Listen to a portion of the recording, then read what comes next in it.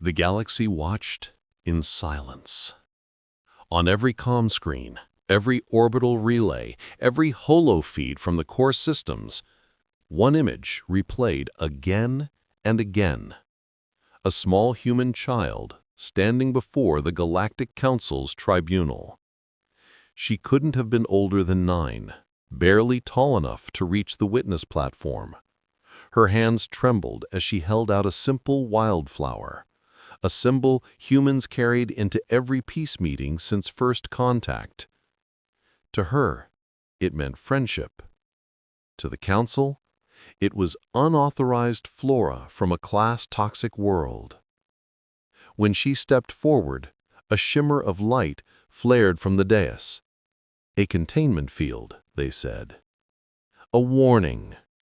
But the child fell. Her body went still, her small fingers still wrapped around the crushed stem of the flower. For 3 full seconds, no one spoke. Then the Council's presiding voice, cold, mechanical, rehearsed, declared, "Disciplinary protocol completed, case closed." The feed ended. But humanity never forgets what it sees.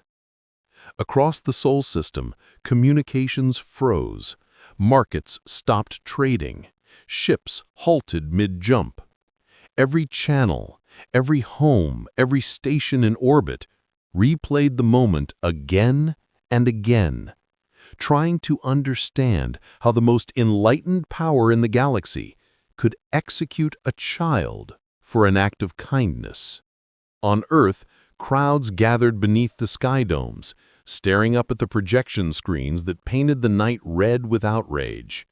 News anchors stammered through the official explanation, a tragic misunderstanding, accidental energy discharge, but no one believed it.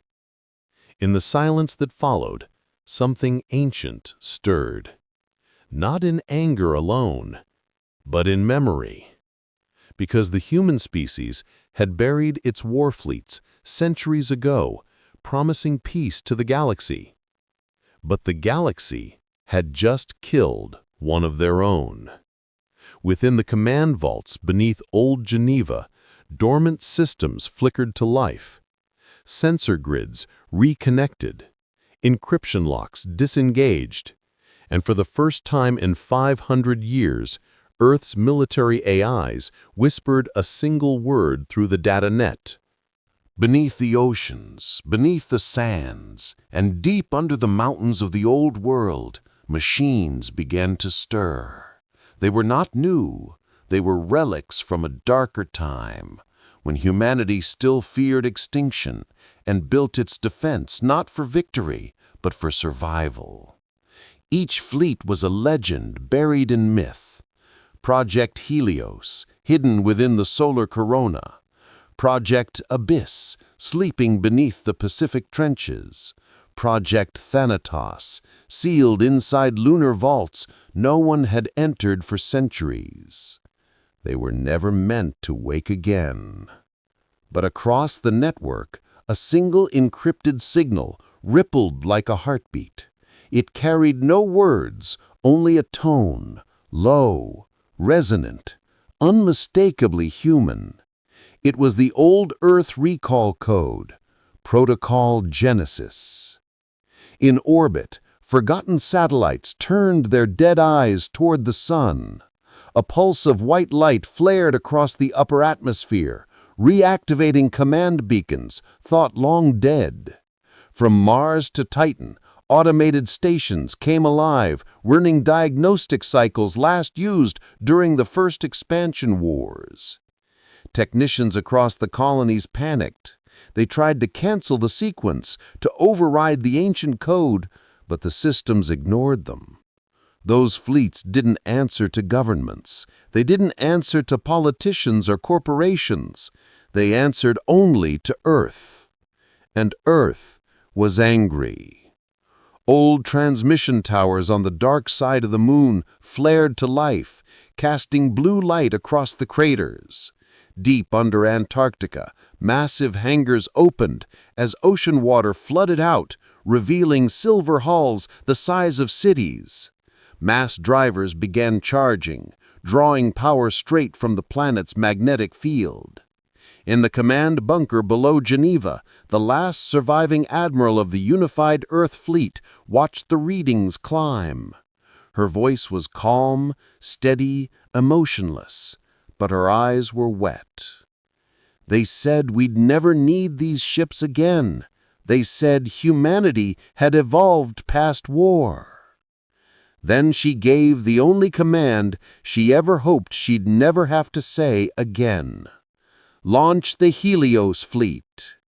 And from the darkness of space, the ancient engines of Earth roared back to life.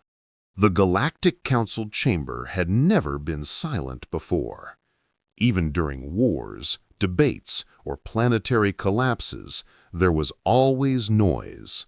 The hum of translation drones, the murmuring of ambassadors, the clicking of alien limbs against marble floors. But now, nothing. The silence was heavier than vacuum. Every hollow screen in the chamber showed the same thing. A single massive formation rising from Earth's orbit. A fleet unlike anything in recorded history. Thousands of ships, black as the void, moving in perfect silence. Each hull carried ancient symbols, human languages, long forgotten even by humans themselves. "What are we seeing?" whispered the Carthan delegate, his scales paling.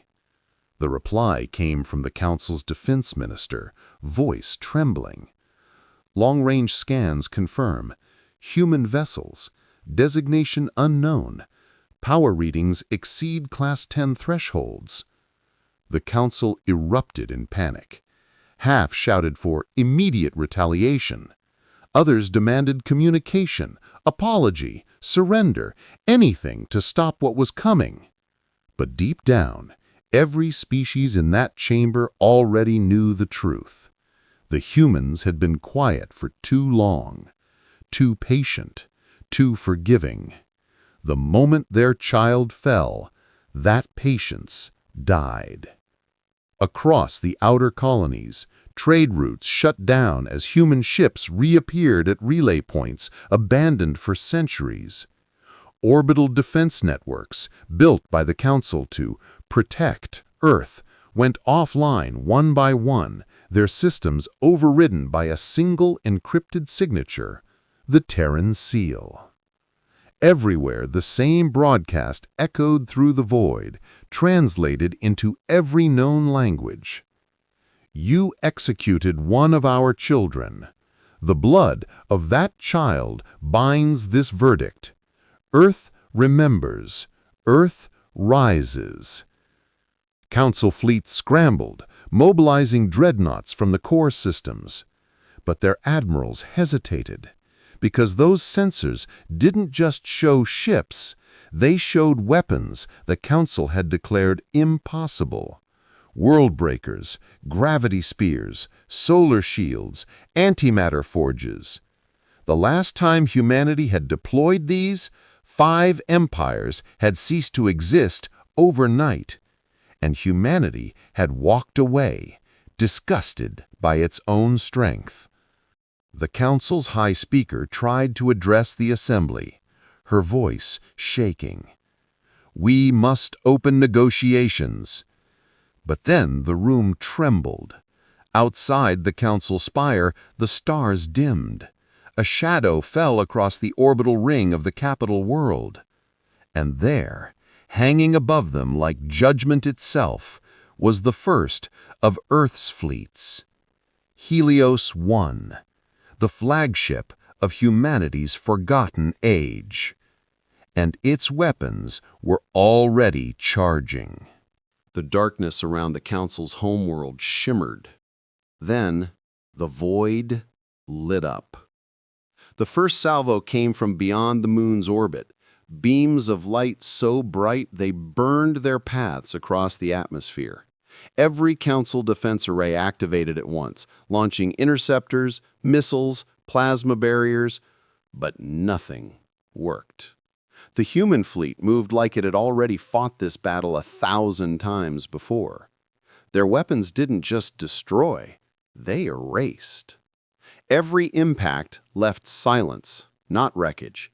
Each strike was precise, clean, terrifyingly surgical.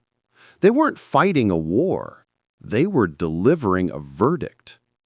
From the bridge of Helios 1, Admiral Reyes stood before a panoramic view of the burning horizon. Her voice was calm, the kind of calm that comes when rage runs out and only purpose remains. Target coordinates confirmed. No civilian signatures. Commence cleansing sequence. The order echoed across thousands of ships, and the sky became fire. The Council's dreadnoughts tried to form ranks, but the human AIs were already inside their systems, shutting down power cores and redirecting engines into the sun. 1,000 alien admirals screamed into dead comm channels as their ships drifted helplessly toward destruction. From orbit, it looked like a second sunrise, the light of 1,000 burning fleets reflected in the planet's oceans. Then came the sound that would echo in the memories of every species forever. A low, resonant hum, the activation of the Earthborn Titans, massive orbital constructs that dwarfed entire stations, their surfaces covered in ancient runes and mirrored plating. They turned toward the Council's capital city, charging weapons that drew directly from the system's star. "Do not resist," Reyes said. "This is not vengeance. This is remembrance." The first Titan fired. The atmosphere split apart as a column of white energy struck the surface, vaporizing everything within 100 kilometers. When the light faded, the Council's palace was gone. Only a crater remained, glowing like the heart of a dying sun. Across the galaxy, silence spread. Worlds surrendered without a word. Council fleets powered down. Every empire, every species, every watcher understood. Humanity had not gone to war. They had delivered justice. When the fires faded, the galaxy held its breath. The homeworld of the Galactic Council was gone, not destroyed, but erased from the records of the stars. In its place, a quiet field of glass reflected the light of the nearest sun. No wreckage, no bodies, only silence. Across thousands of systems, every signal stopped. Ships powered down. Fleets withdrew from human borders. No one dared to speak humanity's name aloud. But Earth did not celebrate. There were no parades, no cheers, no speeches of victory. Because what they had done was not conquest. It was mourning. From orbit, Admiral Reyes stood at the command window of Helios 1, her reflection framed by the still glowing horizon. Her officers waited for orders. Instead, she gave a transmission, open, unencrypted, and broadcast to the entire galaxy. To the surviving members of the Council, to every species watching, we did not seek this war. You took a child from us, and in doing so reminded humanity of what it once was. We buried our weapons, not because we forgot how to use them, but because we believed we no longer needed to. She paused, the silence heavy enough to bend the air around her. Let this be our final message to the stars. We are not your gods. We are not your monsters. We are human. And that has always been enough. The transmission ended, and one by one, The fleets vanished into slip space, returning to their hidden sanctuaries beneath the ice, the seas, and the sun. Weeks later, a small probe drifted across the ruins of the Council's world. It carried a single data crystal encoded with human writing.